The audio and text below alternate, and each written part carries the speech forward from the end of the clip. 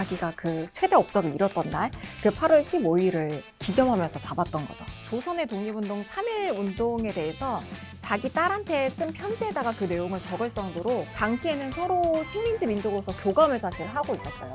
야, 이대로 우리가 만약에 독립을 맞이하게 되면 이거는 그냥 다 죽고 끝나겠다. 분리되고 난 다음에 독립 이듬해 암살당하고 말죠. 일본이 무조건 항복한 날, 일본 제국주의에서 우리가 해방된 날.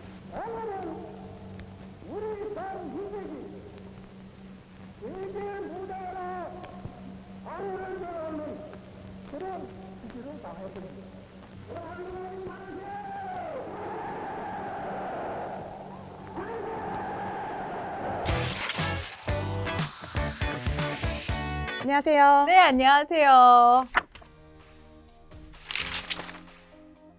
8월 15일은 우리의 광복절이죠. 그런데 이날 독립을 기념하는 나라가 우리나라 말고 또 있습니다. 바로 인도가 1947년 8월 15일에 독립을 했습니다. 2년 차이인데 저희랑 날짜는 똑같아요. 이런 거 혹시 우연일까요? 아니면 어떤 이유가 있는 건가요? 아, 우연이 아닌데요. 우리는 일단 8월 15일에 천황이 라디오를 통해서 이제 항복을 선언을 하게 되잖아요. 그로부터 2년 후 똑같은 날에 사실 하게 됐던 게 영국의 마지막 총독인 사람이 있는데 이 사람이 2차 세계대전에서 동남아시아 그 전쟁 전선에서 일본군의 항복을 받아냈던 사령관이었어요. 그러니까 8월 15일 그 항복을 받아냈던 그 날이 이 사람한테는 최고의 날이었던 거예요. 자기가 업적을 세웠던. 그래서 독립일을 정하라고 이 사람한테 얘기를 했을 때 딱 일본 항복 2주년을 잡아서 자기가 그 최대 업적을 이뤘던 날, 그 8월 15일을 기념하면서 잡았던 거죠. 이유가 있었네요. 맞아요. 그런데 왜 2년 차이가 난 걸까요? 우리나라는 일본이 식민 지배를 했고 인도를 식민 지배한 나라가 영국인데 2차 세계대전의 성적표가 달라요. 일본은 패전국이었고 영국은 승전국이었잖아요. 패전국의 식민지는 거의 즉각적으로 해방이 되는데 영국 같은 경우에는요, 뭐 쫓겨날 이유가 없잖아요. 승전국이었으니까. 그러니까 2년 동안에 어떻게 물러날 것인지, 어떤 식으로 물러날 것인지, 뭐 법이나 제도나 이런 것들을 사실 마련하는 절차가 2년 동안 필요했습니다. 그럼 좀 서서히 좀 시간을 두고 독립을 한 거네요. 맞아요. 그러면 우리나라의 독립운동이 우리는 그때 정말 뜨거웠잖아요. 인도의 독립운동은 어땠는지 한번 소개해 주세요. 인도의 독립운동을 이끌어 나갔던 두 명을 꼽자면 간디랑 네루인데요. 간디 같은 경우에는 완전 자치, 네루는 완전 독립적으로 네루 쪽이 좀 더 강경한 방식이라고 생각하시면 돼요. 네루 같은 경우에는 조선의 독립운동 3.1 운동에 대해서 자기 딸한테 쓴 편지에다가 그 내용을 적을 정도로 당시에는 서로 식민지 민족으로서 교감을 사실 하고 있었어요. 영국이 되게 치사한 방식으로 인도를 압박을 해요. 소금과 관련해서 소금에다가 세금을 물리기도 하고 소금을 만드는 것도 금지를 시키거든요.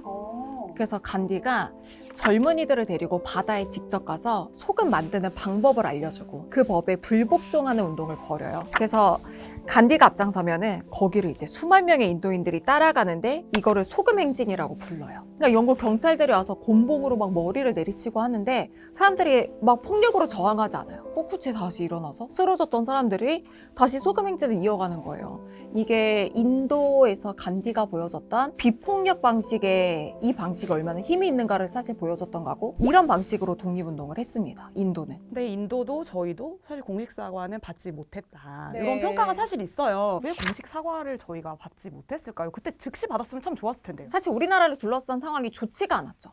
일단 1949년에 중국이 공산화가 되고요. 네. 우리나라 1950년에 6.25 전쟁이 터지게 되면서 미국이 생각하기에 동아시아에서 공산주의를 막을 방패가 될 나라는 일본밖에 없는 거예요. 그러니까 일본을 국제사회에 빠르게 복귀를 시켜야 되죠. 사과하고 막 배상해야 되고 쭈그려 있으면 사실 방패막이가 될 수가 없잖아요. 그러니까 막 어깨 펴라 뭐 이렇게 하면서 미국이. 네, 1951년에 샌프란시스코 강화조약이라고 하는 조약이 체결이 되는데 그걸 통해서 일본은 국제사회에 완전히 사실 복귀를 하게 됩니다. 사실 인도 같은 경우에는 영국은 전쟁에서 진 적이 없어요. 심지어 전쟁 범죄자들을 처벌하는 재판장의 판사국에 서 있는 나라가 영국이었기 때문에 또 현실적인 계산도 있었을 거고요. 영국의 별명이 해가 지지 않는 나라잖아요.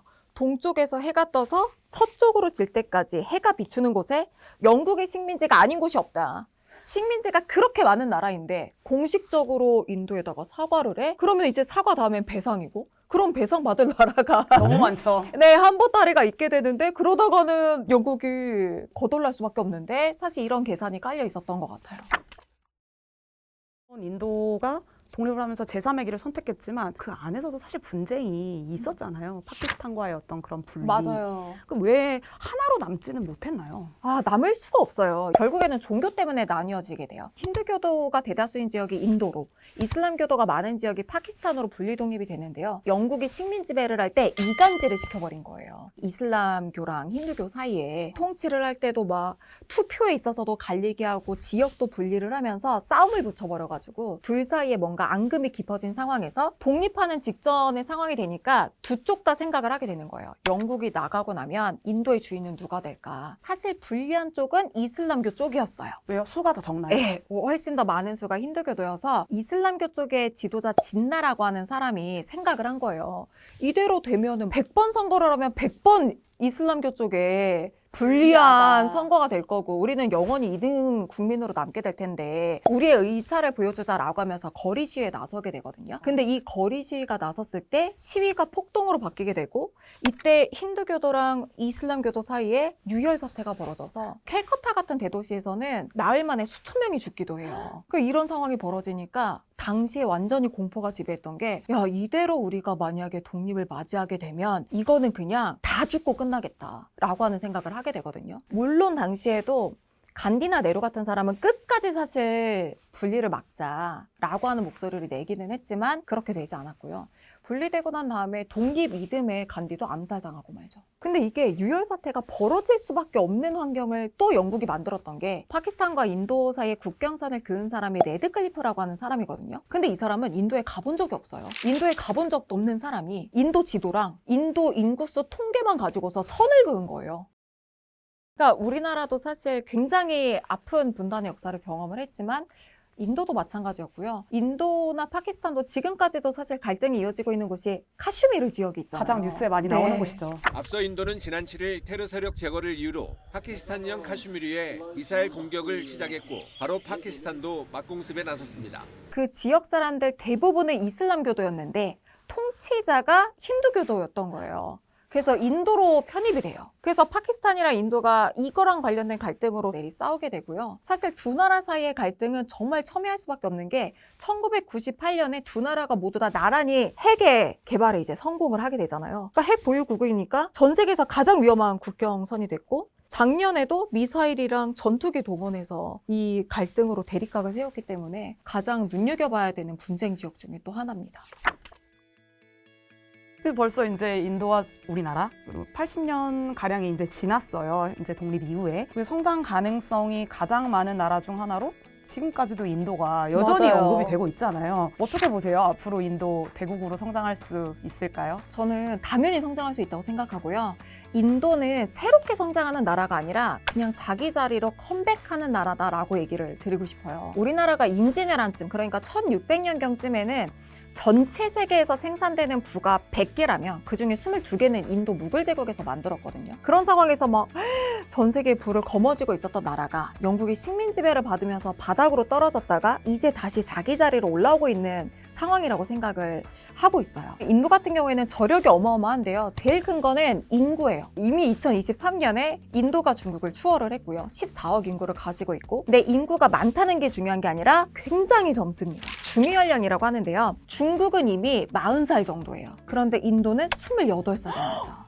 아직도 젊은이들이 엄청 많네요. 일하고 소비할 젊은 사람들이 너무나 많고요. 두 번째로는 인재도 너무나 많아요. 구글 CEO, 마이크로소프트 CEO 다 인도계고요. 저는 인도에서 왜 이렇게 인재가 많을까를 생각을 해봤을 때 인구수도 많지만 이 사람들이 자라났던 환경 자체가 종교 다양하지, 언어 다양하지 이 환경에서 조율하는 환경 속에서 사실 살았던 사람들인데다가 영어가 완전히 유창하게 구사 가능한 인재들이 있다는 점 이런 점이 사실 인도의 무시할 수 없는 저력 부분일 것 같아요. 근데 인도가 해결해야 되는 부분도 굉장히 많아요. 카스트 제도의 빈부격차라던가 빈부격차라던가 이런 문제들이 굉장히 많지만 사실 이런 것들이 해결이 되면 2075년 세계 경제 전망으로는 인도가 세계 경제 대국 2위에 오를 거라고 하는 전망들이 기정사실화되어 있는 것 같아요. 마지막 질문 드리고 싶은데요. 올해 광복절 시청자들이 어떤 마음으로 보내면 좋을까요? 1945년 8월 15일에 우리가 광복을 맞이하게 되는데